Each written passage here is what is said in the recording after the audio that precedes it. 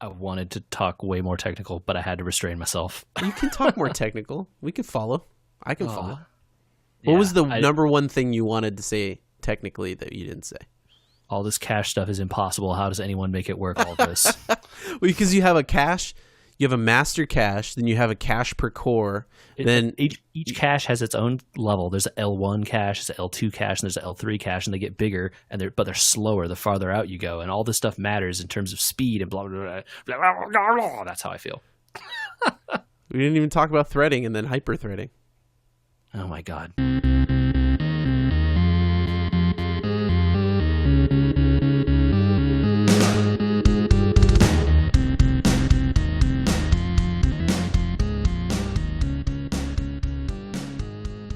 All right, it's episode 145 of We Were Gamers, a podcast with the JJ over there. Hello. And I'm Andy, and unfortunately, our regular compatriot Michael, it's not unfortunate, I should say.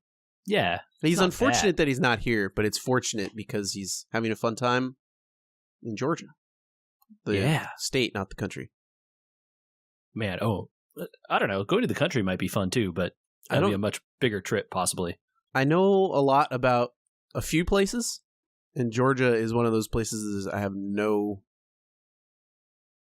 information about that place at all. Yeah, I believe it's in the Caucasus, and that's literally all I could tell you. Okay. Fair enough. This is a podcast. We do old games, new games, whatever floats our boat, because we don't have as much time as we used to have. We were gamers, but now we dip our toe in gaming. Yeah. Sometimes we game. Sometimes we instead take our car back to the shop a week after it was there. Oh no, that's too soon to take it back. Mm-hmm. So these new oil pans sit underneath your engine and catch oil, etc. Yep, that's very common. These new ones are plastic, and they have to be adhered to the bottom of your car with silicone. And if they do it too quickly, they leak again. So I have a question. Uh-huh. Could you use like a bolt to adhere it? No, because you would break the pan. But what if the pan was like aluminium? Right, yeah. Who would have thought that metal and bolts and washers and all these things had a purpose? And like, I get it, maybe like gasket, that's like bad. Yeah. As a person who just recently had a trouble with a gasket in their engine. But gaskets are cheap. You can replace a gasket, you know? Yeah, totally. Which I'm sure is the same price as these plastic things and silicone adhesive, but ugh. And so, is it leaking? Okay, actually, here's a better question. Mm-hmm. Should the oil even be in the pan in the first place? I think that the way they use these things now is not. I don't actually know the answer to this, to be fair. Oh, okay. An oil pan, as you're thinking of it, is probably you would think of like something underneath to like catch excess oil. Maybe. Right, that's what I'm imagining. Yeah, these are more like the bottom of your engine, where it uses to circulate. It uses it to circulate the oil back up into moving parts. Okay, so it's like the catch after all the oil gets poured down on top over the parts that are moving, and it drips out the bottom into the pan, and then back into the collector and pumped around or whatever. Yeah, exactly. Got it. Mm-hmm. There you go.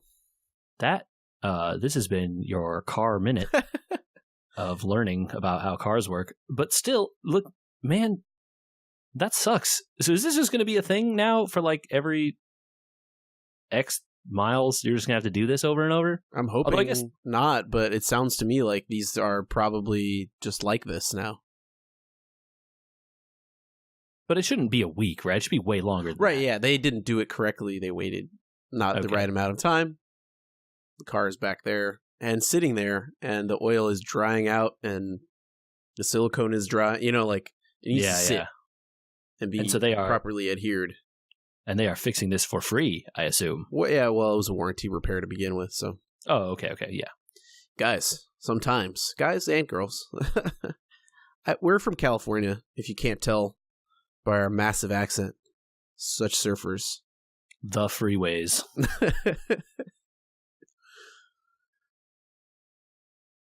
If you purchase a car, try and get one with some kind of warranty. That's all I'm saying. It can be used. I mean, cars come with warranties. You should get those. They seem good. Sometimes. And maybe sometimes the extended ones are worth it. Yes. Sometimes. Got to do a cost-benefit analysis, which we're not going to do on this show. No. This is about having fun. Yes. Some people have fun watching the Oscars. Yes. I did not watch any of them, and I did not have fun learning about most of the movies that won.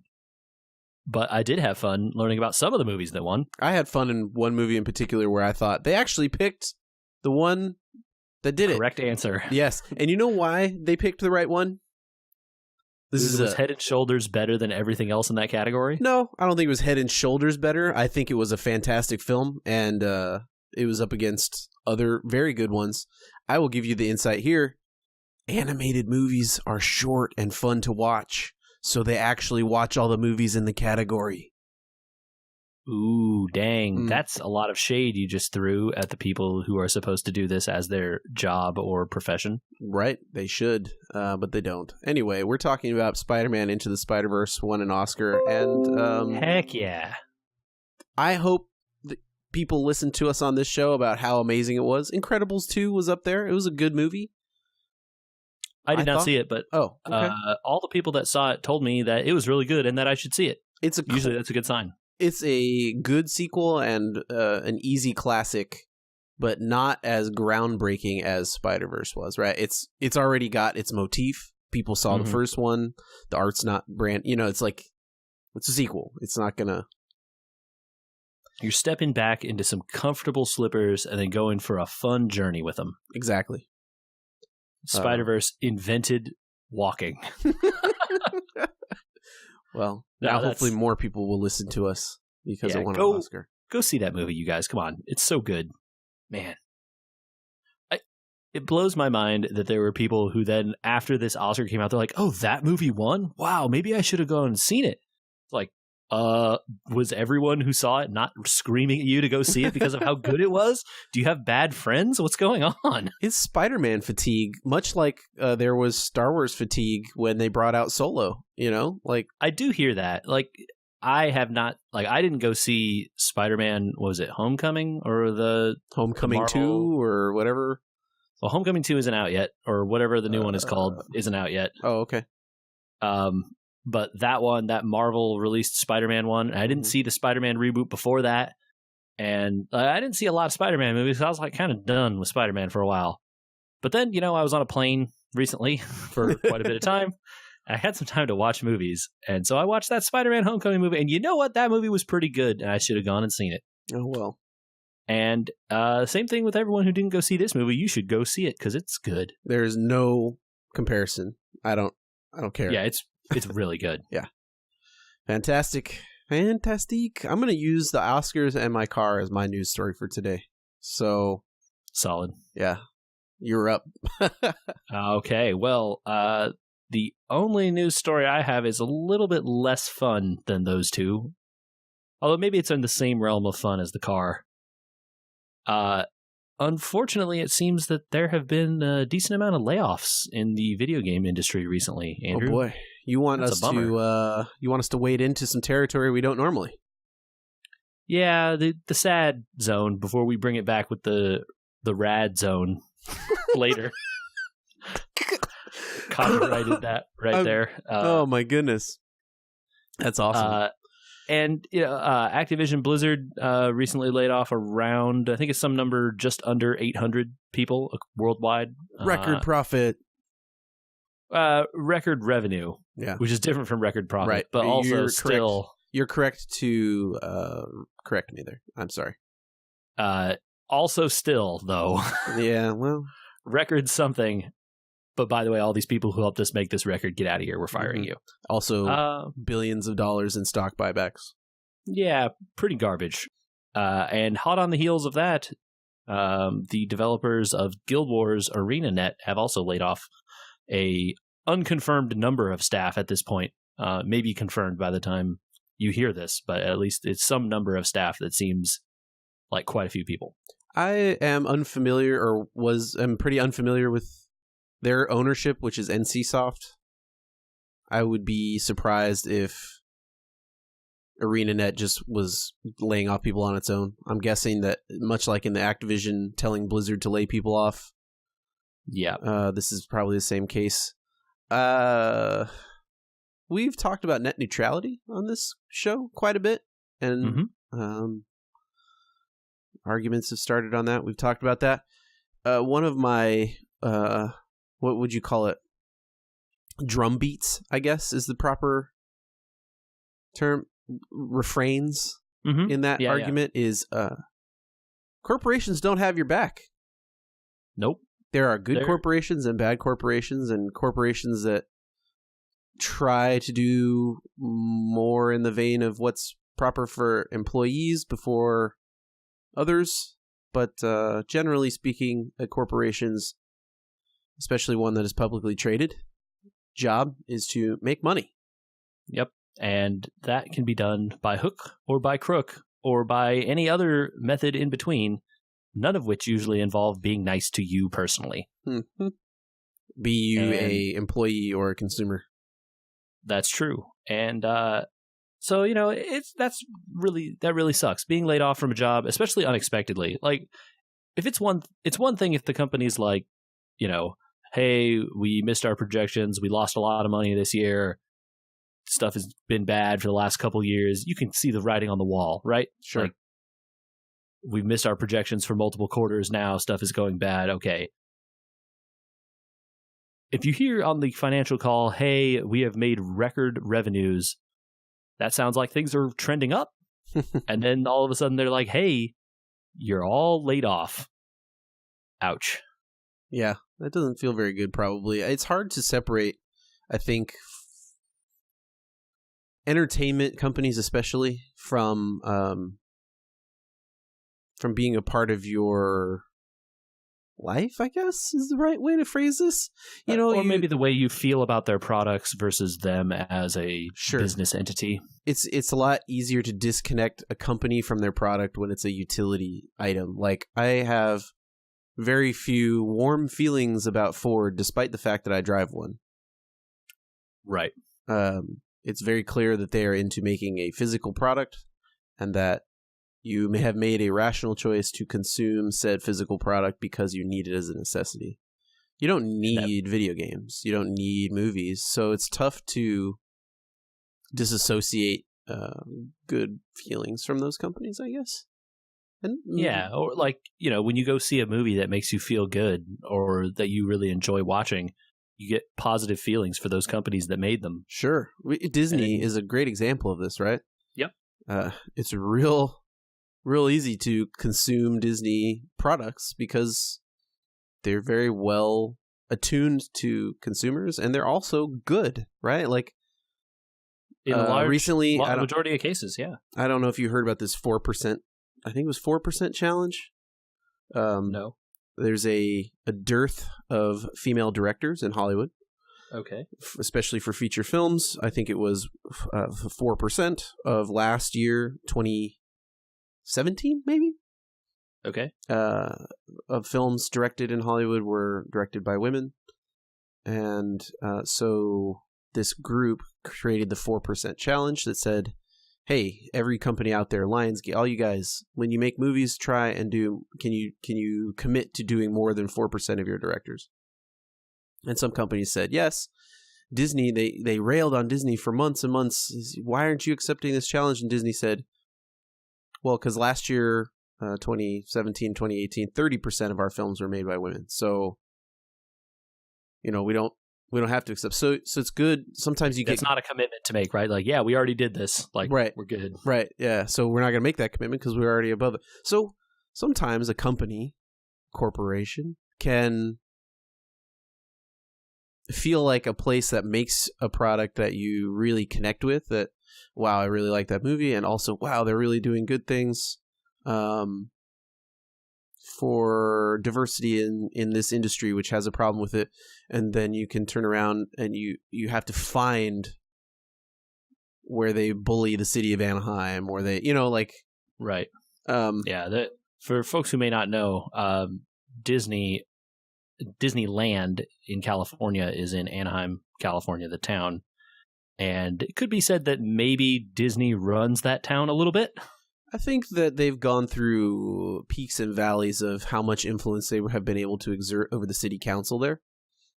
For better and worse in most cases. Yeah.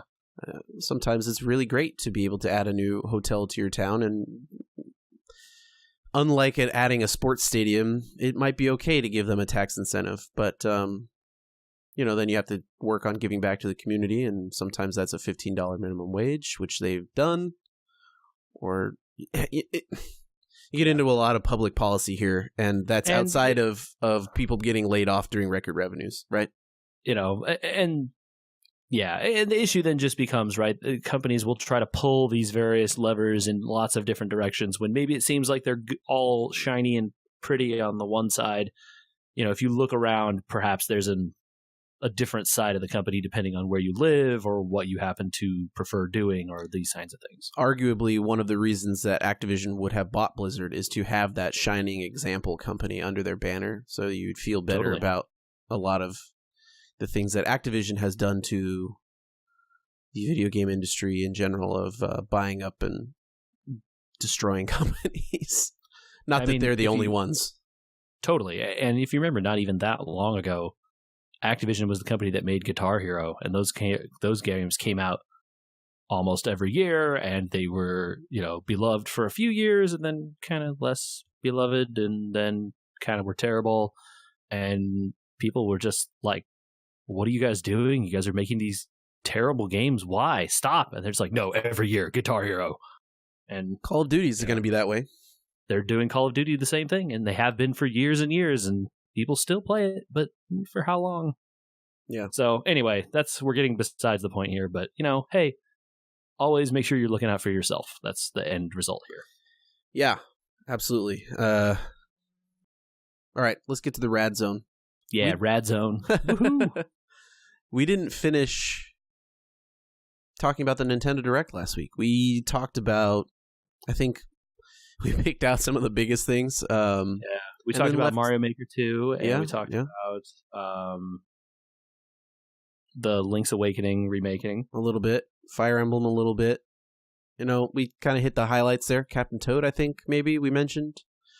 But man, there was so much of it. And you guys got a Bloodstained Ritual of the Night release window-ish. Yeah, that's all good news. But there was more. There was tons more. So let's dig into some of this other good stuff. I want to rehash two things real quick. Yeah. Tetris 99 is fun, but I'm bad at it. We already talked about that. That sounds reasonable. But it's addicting sometimes because there's no other things on the screen. You just hit play. Yeah. And it's just Tetris, man. It's just Tetris. Tetris. Is a good game. Yeah. So if you don't attack people or whatever, by using just playing Tetris, you could just play Tetris, and you kind of get ignored for a while. That would be like hiding in a battle royale game. Maybe. I don't know. It just means that I make it to 20 before I just am out, and then I have to start a new game. Out of 99, that's pretty good, dude. Yeah. Seems good. I don't know. I have no idea. It's when the game starts going really fast-ish for me. Yeah. Is around 20, I think. And you cleared enough lines or something, and it starts picking up the pace. Yeah, and then a whole bunch of lines show up on my screen. It's like, oh, too fast. Okay. Someone realized you were doing good, and they dumped a bunch of garbage on your well. Basically. It seems to happen about every time. Because it's not hard to find the last 19 people and bomb them at that point. Yeah, sure. Anyway. And the Link's Awakening thing. Yeah. That looks rad. It does look rad. And it looks like toys and whatever. It looks cool. That view, and I keep hearing hate on it, and then I wonder, did those same people like Octopath Traveler? Because I put some pictures side by side, and they look identical. There's maybe a shader or something. It looks a little more plasticky. Sure, okay, but the tilt shift thing. The tilt shift thing is very, very similar to Octopath, right? And the tilt shift thing has been done before. It's not like this is the first game that did that either. Yeah. It was like World of Final Fantasy did some of that, I think. Right. And yeah. Like I can't even think. There are other games that did it. And man, yeah, that game looks rad. I don't know. Yeah. I never played that one really. Like I want that to be good. It looks good. I'm in. I'm down with the look, and I just want to throw that out there because see your thoughts were because I think you played Octopath maybe. No, I think it was Michael. Yep. Yeah. Or no, it was Ryan. Octopath looks. Oh yes, it was Ryan. Yeah. Octopath looks good though, and that is good. Okay. Let's do some of the stuff we didn't do last week. Final Fantasy IX is out. Whoa! Shocker, I know.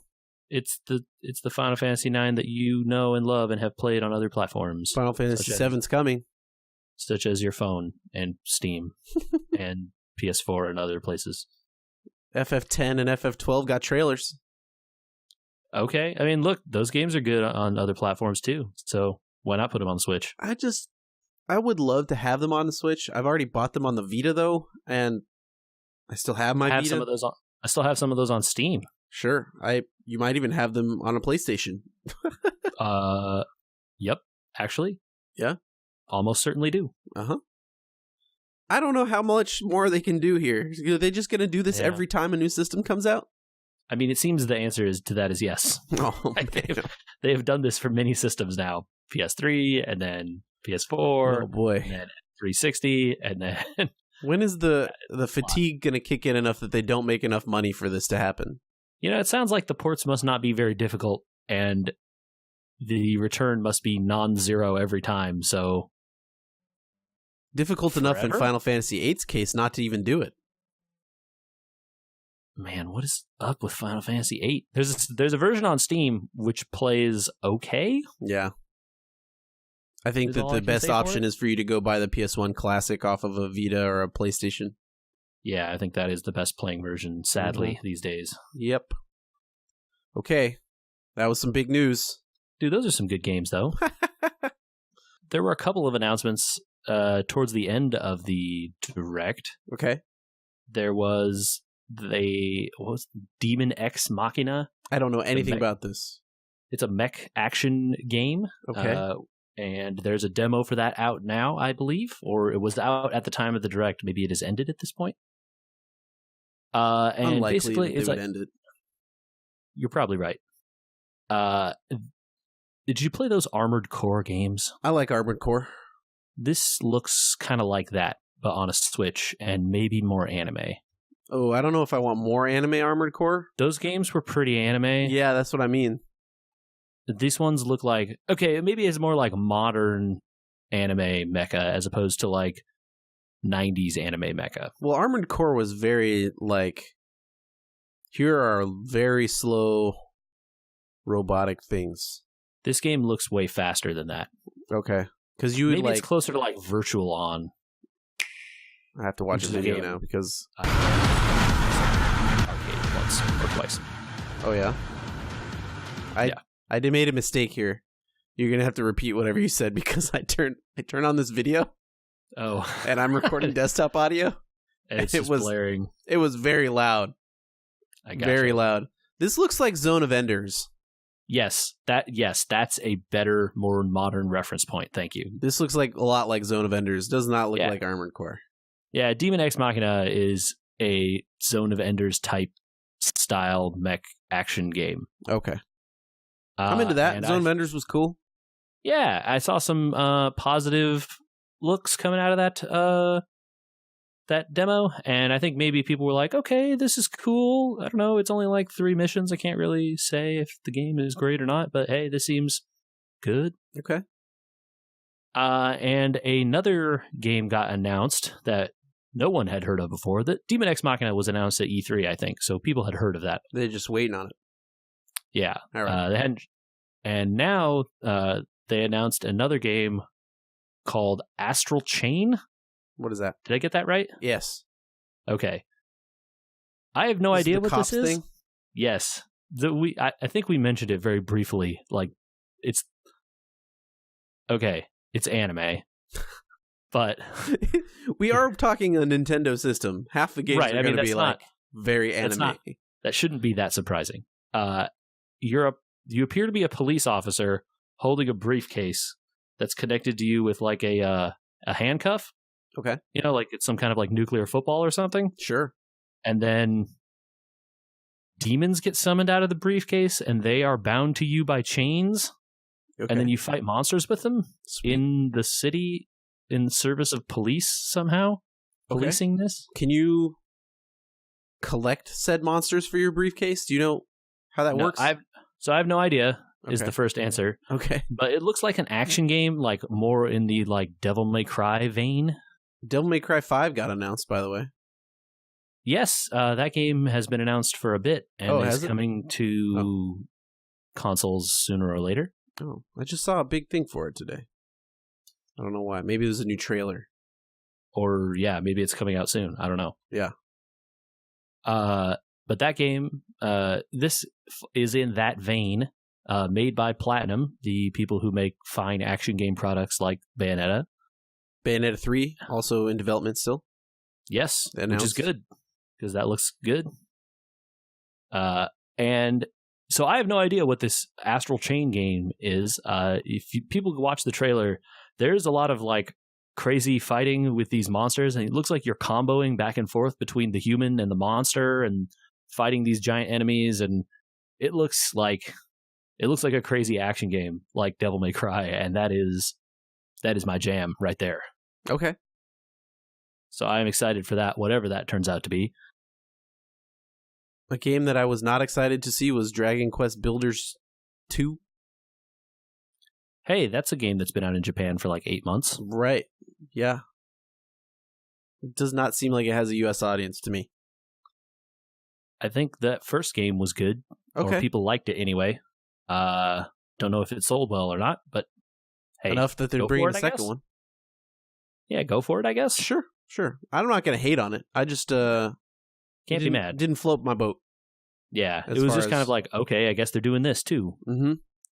This is kind of how the Direct had that feeling, was like, and this, and this, and this, Yep. and this, and this, and this, and this. And like, Rune Factory 4 special, Andrew? I don't know anything about Rune Factory. You know, neither do I. And it looks like a anime version of Stardew Valley. That's what it looked like to me.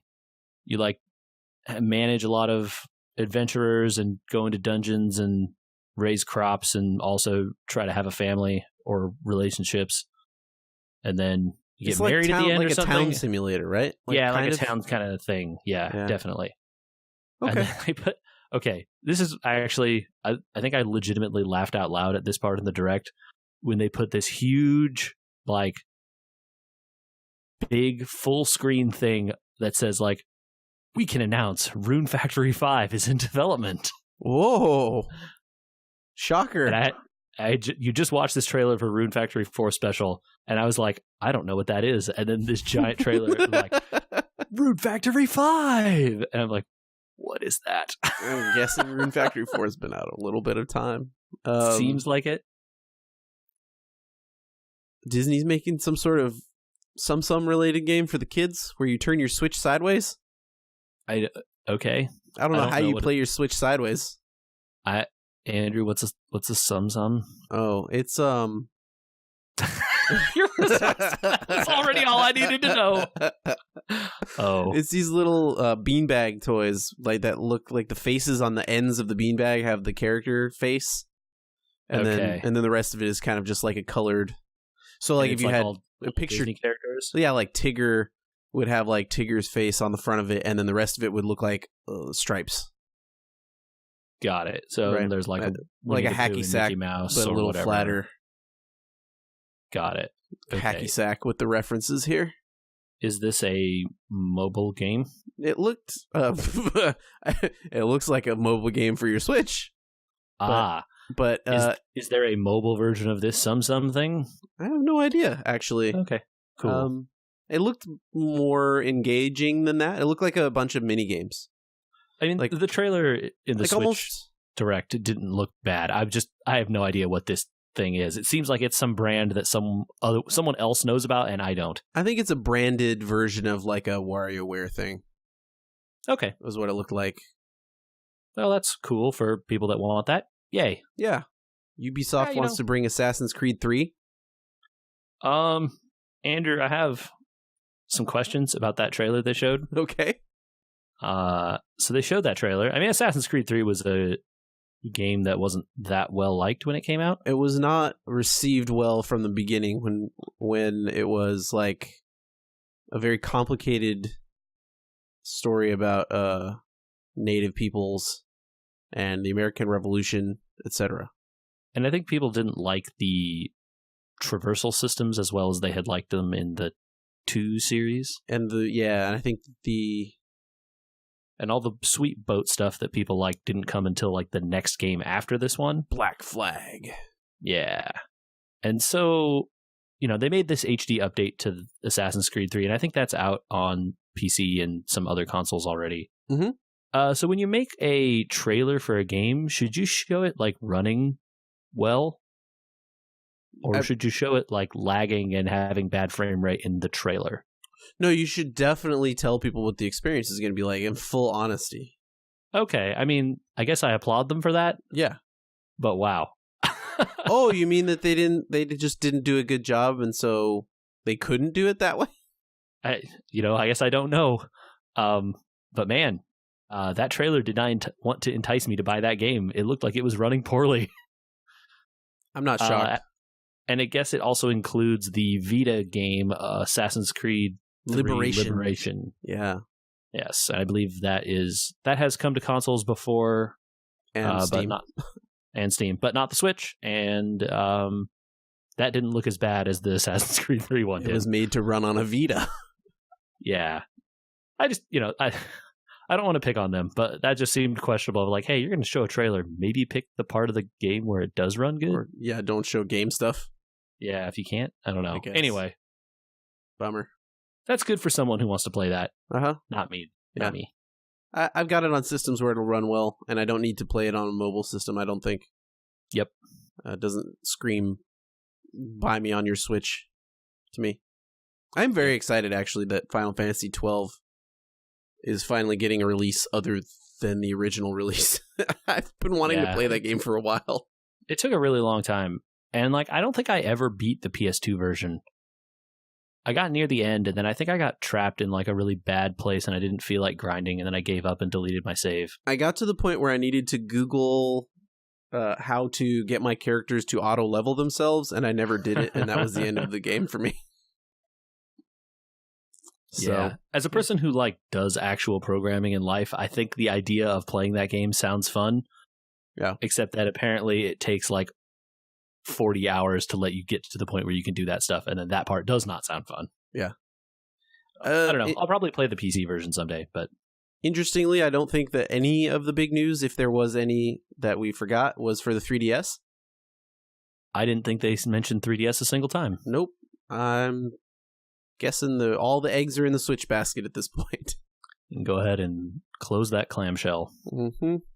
Poor guy. Poor little guy. Had a good run. It's all right. There's still a great library on that thing. They'll probably keep pumping those little machines out, 2DSs, for a long time. Yeah, there's a lot of great 3DS games out there. Mm-hmm. Since it was all about Switch, let's talk about my Switch. Yeah? My Switch does not have the Smash cartridge in it. What? I know. They haven't added any new spirits for me to get, so... Okay, we'll wait for the DLC on that one. Yeah, it's become a go back to it for fun and lols, like trying to do 100-man Smash in 4 minutes kind of thing. Yeah. It's kind of how I play Hitman too. Sure. I'm back on Rabbids to try and knock that out of the park. Nice. It was a fun game, and I fell off of it when Smash came out, and with a couple other games like BattleTech and all that. So I was like, I'm never going to get back into that unless I just do it now. And you know what? That's a good game. I came back to it and I immediately remembered why I liked playing it. So, props, Ubisoft. Make another one. Or something. It sounds like that game was well liked, so hopefully they get another shot. Yeah, that'd be great. I think it would be great. That's kind of it. I haven't had a ton of time because I keep running over to the Ford dealer with my car. Bummer. I've still been playing a lot of Magic Arena, but you know what, Andrew? We talked about this game a couple weeks ago. I keep playing Apex Legends for some reason. Can you tell me why I'm doing that? I don't know, but there's like 25 million of you out there that are just like, why is this fun? I have no, I'm going to keep playing it. Yeah, I don't know why I keep doing this, but I'm enjoying it. Yeah? Are you getting better? Can you feel yourself getting better? A little, maybe. Have you gotten any kills? Yeah. Okay. Yeah, definitely. Then you're getting better. Yeah. I can't get them reliably. Okay. We're not up to like 1 kill per game status, but we're at like, maybe we're at like 0.5 kills per game or like 0.4. I guess there was some server lag yesterday or today, and people. There's weird server lag every day when I play that game. I feel like sometimes it's just random. You won't know. The game will be fine, and then all of a sudden everything goes into like weird slow motion. Yeah, and people like float around and zip around a bunch, which is like like lag back when you used to play Quake. Yeah, that's pretty bad. And then you're dead most of the time, or you're still standing there. And everyone has changed positions, and nothing happened. This particular video that I saw caused people to get knocked down and still have their guns out. That seems overpowered. It was not funny, but it was really funny. You know what I mean? Yeah, that sounds good. Okay. Well, they haven't added like a battle pass or anything else. Nope. So nope. It's just fun to jump in and go shoot some people, man. Like, the shooting is good. You can jump, like there's a couple different ways you can play that game, right? You land somewhere far away, collect up some guns and go try and hunt people down. That's like the one way. You can play as kind of like I'm going to hoard all these resources and hide in a corner way. Sure. Or you can play press straight down on the keyboard as soon as you can land and land with as many other people and punch them in the face and hope to not die way. What is your preferred method after this many games? I would say I would rather land somewhere farther away and get a chance to like pick up a few guns and some armor and stuff before we get into a firefight. You've landed on my preferred method. The hiding way is not the best way, I don't think. I agree. But you do need to get a non-zero amount of stuff before you just land and start fighting people. Although, because no matter what you do, sometimes you just die. You land, and then someone lands right behind you and shoots you in the face, and you're dead. There's really nothing you can do about that. They land, they pick up the gun you were trying to grab, and they shoot you with it, like it's over. Right. After that happens to you a couple times, you then want to do I'm just going to land right next to all the people and kill someone else. And then that's fun, because you're like, all right, I finally got to do something instead of just dying. So, right. You get a little yin and yang there. But it's good. It definitely improves when you play with a couple other people that you know. Fun times with that game. I'm not sure why. I don't know how long I will keep playing it. It's a fun thing to do when I'm bored of other things. Fair. It's a game that only runs on PC. Yep. Nope, not true. It's on consoles. Ooh. Not the Switch, though. What consoles? Xbox? Yeah, Xbox One and PS4, I think. Really? Yep. Huh. I did not know that. I'm pretty sure. No, you're probably right. I just feel I've now failed at my preferred transition away from this topic. Well, what if we were talking about the PC, though? We were talking about the PC and how it runs? Yeah. What's inside of it? There are a lot of different things in there. Things called components? Components? Components. We could do some component class if you'd like. Yes, let's do a component class. It's been a while. It has been a while. Our last one was on video cards. It was probably 10 episodes ago, maybe? Yeah, it's been a bit. So, you can go to youtube.com, look for We Were Gamers, click on our little channel there, and currently this is the easiest way to find things in component class, because there's a little playlist there that's going to have all these episodes. Mash that subscribe button, fam. Mash it. Like those videos, subscribe, etc. Approved by Michael. You could also search the website for component class. Should bring it all up. Nice. We're building a computer over here. I'm building a computer, but I'm saying it's we. Slowly but surely. Yeah, we've talked about power supplies, and SSDs and video cards. And now we're going to talk about what makes the whole thing tick. The heart of the computer. Literal.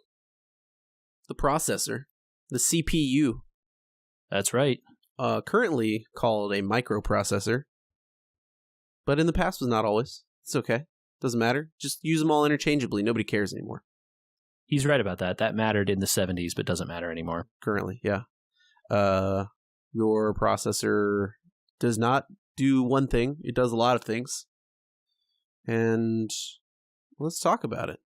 So let's see. You put your processor into a motherboard. We'll talk about motherboards later. But what? For the purposes of this class, just know when you buy a processor, just know that the type of socket that it goes into is important for you to know. On the box, hold on. I'm gonna turn around. I'm gonna look at the box so that I don't say the wrong thing. They have names like LG1776 and stuff like this. So you look at the front of it, it says, if you buy Intel, it'll say like Core I blank. And then on the bottom right, it says the processor number. And then right under it, it says LGA, which means socket. And then the number of pins. In this case, 1151. And it is vital and essential that matches exactly with the type of motherboard that you buy. Yes. The underside of it will not work correctly if it does not have the correct amount of places to go. Yes. And it's not like, oh, I got one that has more, so I'm good. No. Nope. That they need to be the same. Yep. Yeah. So, while it may seem like this is going to inform the choice of what motherboard you get, really what will happen wait, did I just say it the wrong way? Really what you should be doing is picking your processor before you pick the motherboard, which is why we're talking about it now. Sure, yes. Basically, you should pick your processor almost first? Near first, yes. Because unlike the power supply, which you basically pick last. Because they all work, basically. Yeah, well, you need to know what components are in there, so you need to know how much power you need. Certain processors do different things, and they're very good at different things. And if you choose an i7K, you need a much different motherboard, RAM. You could need a lot of different components to in order to potentially get the most out of your processor. Right. You may want to purchase different motherboards or other components to make that work to its fullest potential. All right, so what is a processor? A processor takes programs that you've stored on your hard drive, and they execute commands. They say like, hey, you want to render this thing, right? And so that program sends a series of IOs to the processor, and the processor crunches all those numbers and spits them back out. There you go. And says, hey, this is what you should do. Mm-hmm. And the screen goes, okay, I'm going to put those colors on the screen where you told me. Exactly. That's it. Done. Processors. And actually, if you want to get even more basic than that, the only thing a processor can do is math. It can do literally nothing else. All of the stuff in your computer can be boiled down to math. Yeah. The great thing about computers is you don't need to know the math. Yeah. And that's why it's wonderful. Now, back in the day, before it was a microprocessor, you had to input commands at a pace that the processor could handle them. You only could input commands into it. It didn't do anything else. Nowadays, your microprocessor has a cache in there, so you can dump a bunch of information on your processor. Or actually multiple levels of cache. Yes. We haven't even gotten to cores yet, right? No. So it is a very complicated machine down there, and it can do a bunch of stuff, and it doesn't need your intervention most of the time. A lot of them now have built-in graphics chips inside the processing unit on the same board that's in there, so you can potentially save yourself some money there. Not need a video card if you're not going to do heavy graphics on a processing. If you're going to do word processing, just find one. Yeah, if you want to browse the internet, you probably don't need a graphics card. Exactly. Cores. How do you explain cores?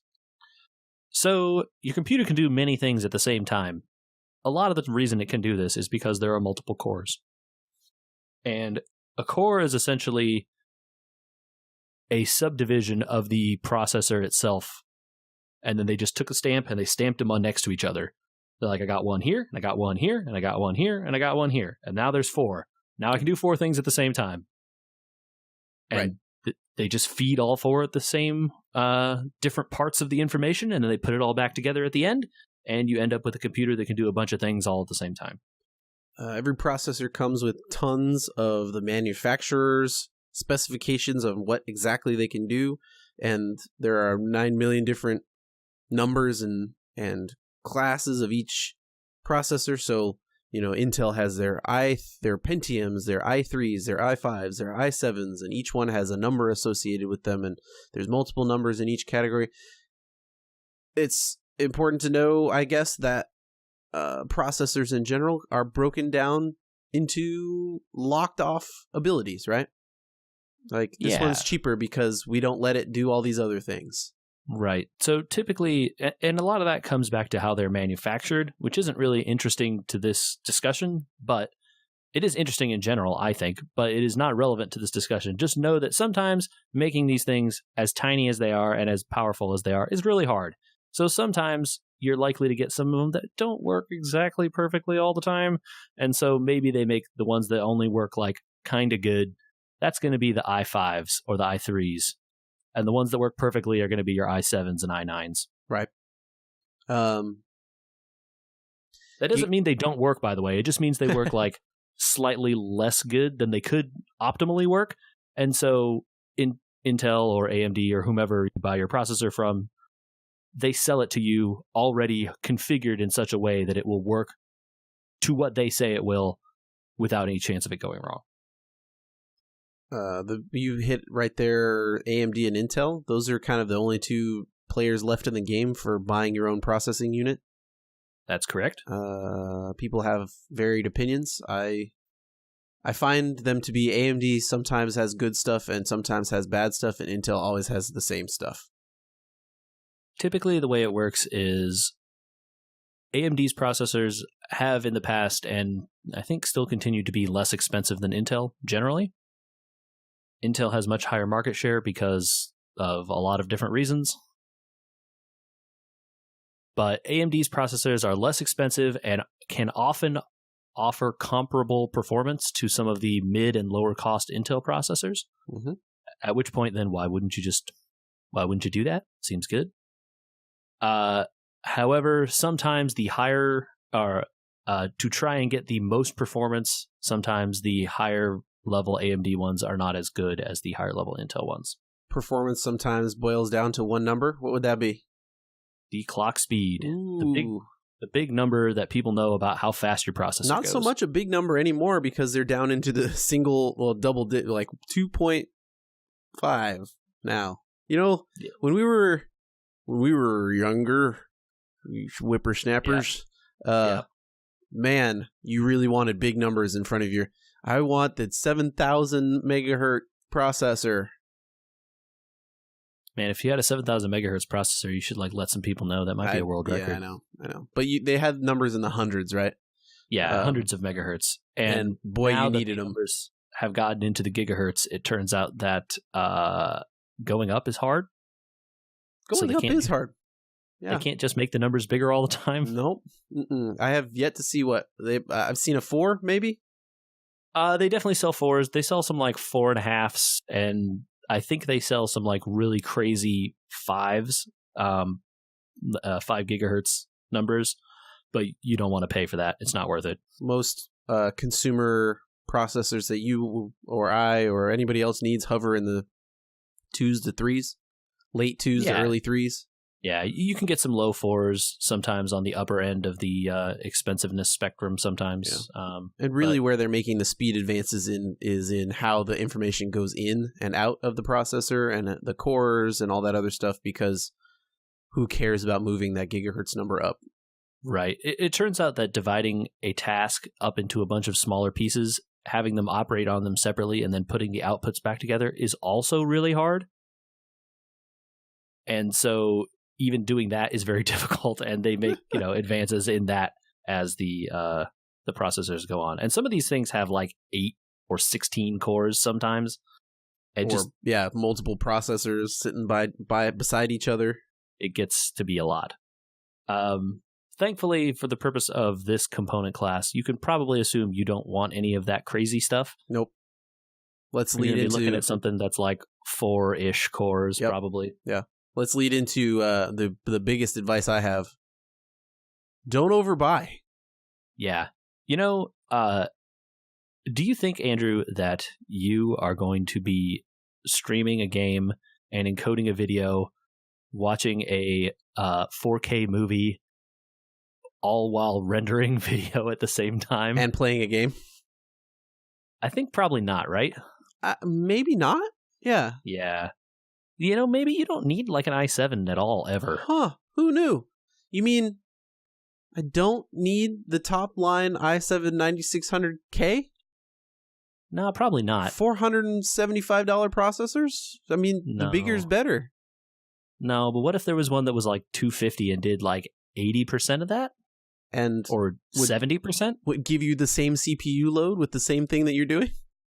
Yeah. What if that? Yeah. That seems like a good plan. My very first computer I built myself, just so people know. I bought the biggest, baddest i7 I could find with the K after it, which means it can be overclocked by me. I can put more voltage into it and it'll do better. And then I bought a motherboard that it fit into correctly that didn't allow overclocking. Yep. Don't overbuy.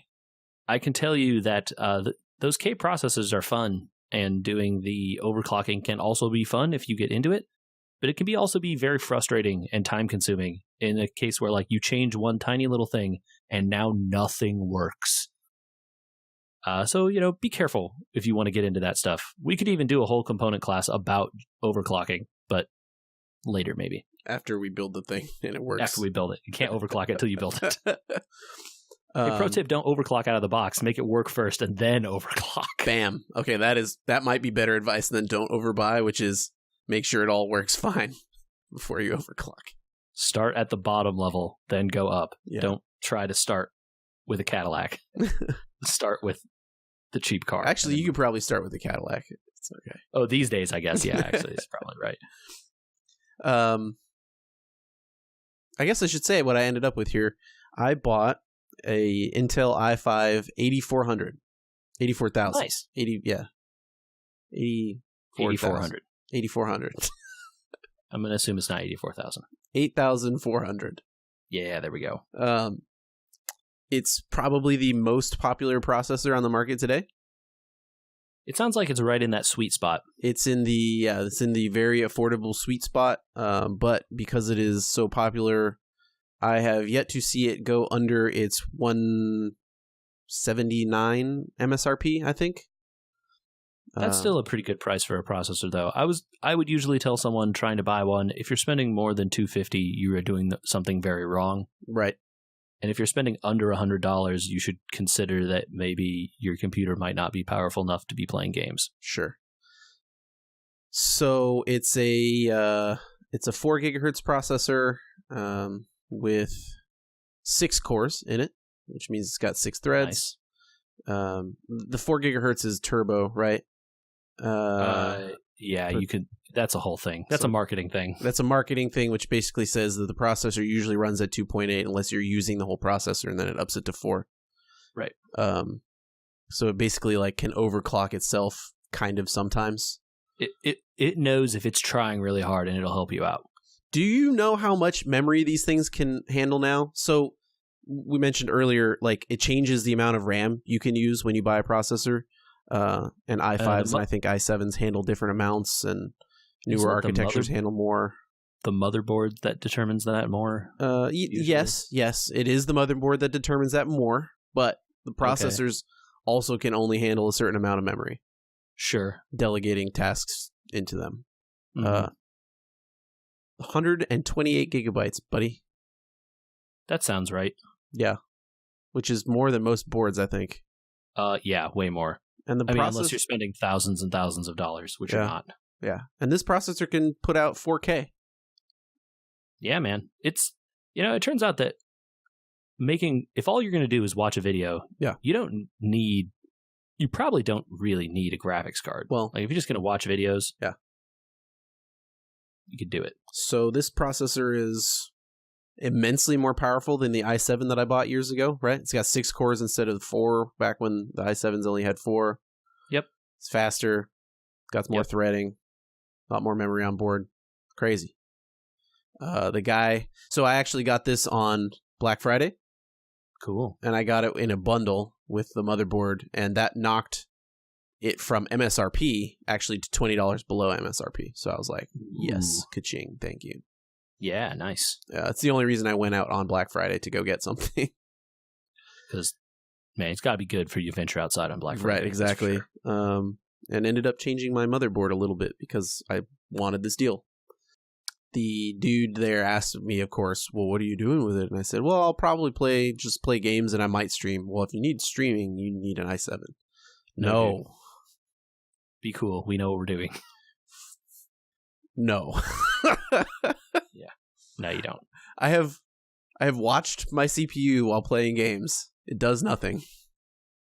Yeah. And in a lot of cases, if all you want to do is stream yourself playing a game, you can do it. Yeah. It doesn't. And you know what, Andrew? Maybe you and I aren't going to be like Ninja or some guy on Twitch making $1 million, right? Yeah, probably. We don't need a 4K stream of your gameplay. Nope. What if you just streamed it at 1080p? Who would have thought? I bet the limiting factor wouldn't even be your computer. I bet it would be your internet. You know what? I think everybody else on the internet thanks you for doing that, right? Because you're not taking up 4K bandwidth by doing it. Yeah. I bet your ISP is your limiting factor there and not your PC. In which case, that's a bigger problem to fix. Funny story here, actually, is that Ninja and all those guys actually don't even use their computers to do that. They have... Oh, yeah, they pipe their stream to another computer, right, which then does all the rendering and stuff for them, because they built a whole separate computer to do that stuff because they want to stream 4K, 100% uptime, blah, blah, blah, blah. Right. So I had the thought, what am I going to do with my old PC when I'm done with this one? Because I don't know. I don't just generally care. And somebody might want my graphics card actually separately from this. So I thought, maybe I'll build like a mini streaming PC or something out of this old box over here when I get rid of the old one. Well, the processor that's in it doesn't have graphics built in. The processor I'm on right now talking to you, right, does not have built-in graphics. Well, how time changes how these things work. Right. And I did that because I was economical with the processor that I purchased then, and I'm being as economical as I can now with getting an i5, but a higher end i5 to try and combat the coming 4K trend. I think you made the right choice. Yeah. Oh, yeah, dude. This thing is so powerful comparatively. It's not going to matter. So I actually have a funny story here about buying older processors. If you want something that's an older socket that is kind of out of print, so to speak, you're probably going to have to buy it used. Yep. So I kind of looked around. I wasn't trusting many of the people on eBay or anything like that with how these things were treated and how they're going to get shipped if I see them loose or whatever. So I looked at Amazon and they had one in their warehouse deals. They're like, oh, it's out of box, but it's used or whatever. It's new, but out of box. So I was like, you know what? Screw it. $80 to try and like pump a different processor into this old box and either make it a PC that I can put out in the living room or something, or use it to stream, right? With a capture card instead of the video card. Sure. Amazon. Loose CPUs need a cradle. Yeah, I probably shouldn't just let them rattle around in that package. You think if they do that, they show up with all their pins broken off? Yeah. Yep. That's what happened. Although, isn't the bottom really flat? It's mostly fat, but those little semiconductor pins are still on there. I'll send you a picture. Okay. I believe you. I'll put a picture on the Instagram. Yeah, put it on the Insta. Yeah. So it'll be a fun experience trying to figure out how to revamp this old PC once the new one is built. And the processor is going to be part of that because I need something with built-in graphics. I don't know. I just thought that was a funny story. No, it's good. It's of all the components, though, of that I would maybe try and buy used, a processor probably is one that would hold up okay. Yeah, usually they work until they stop working, and you can't really tell when they're just going to fail completely. Yeah. So maybe the next thing to try is a computer that has a processor still on the board, and I take it off myself. Usually what the issue will be is that the processor just feels slow, and you can't get stuff done at the speed you used to. That's usually when you need a new processor.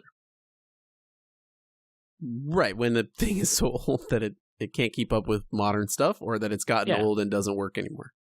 Yeah.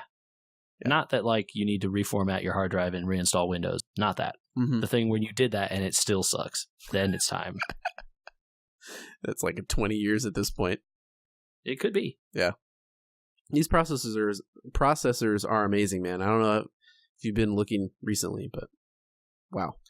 It's I have one that I've had for a while, and I'm just going to keep riding it until I feel like I can't ride it anymore.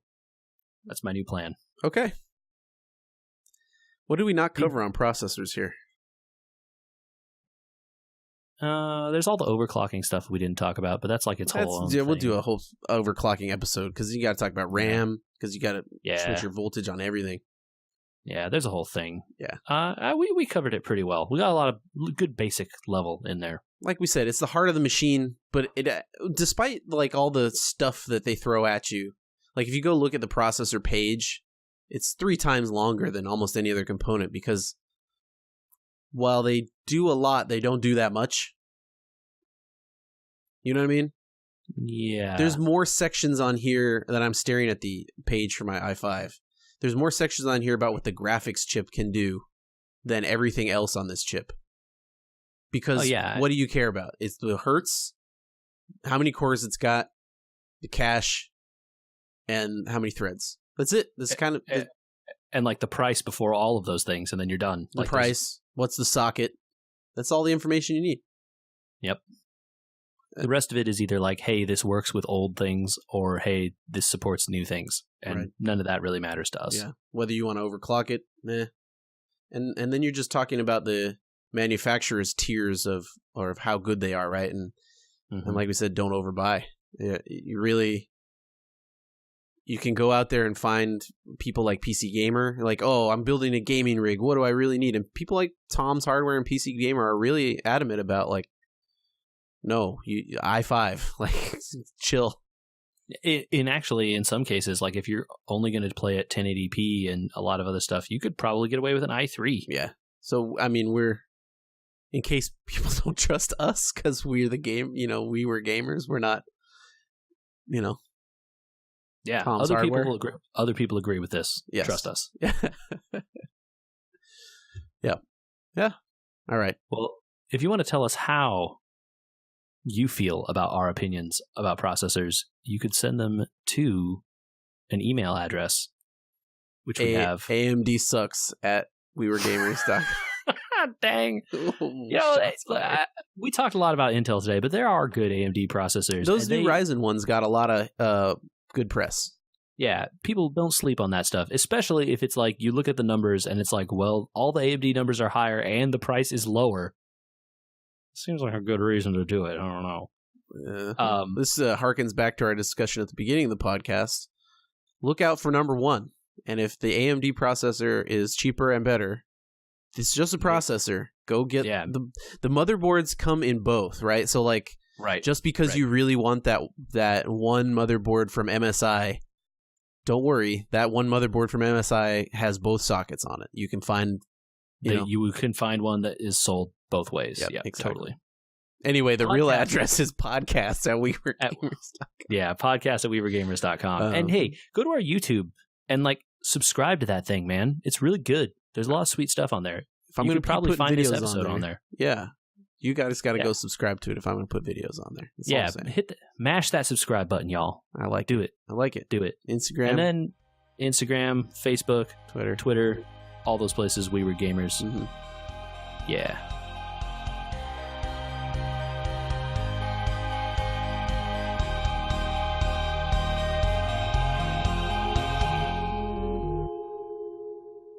Do you think there's room for a third party processor people. I don't think so at this point. It's a good dream.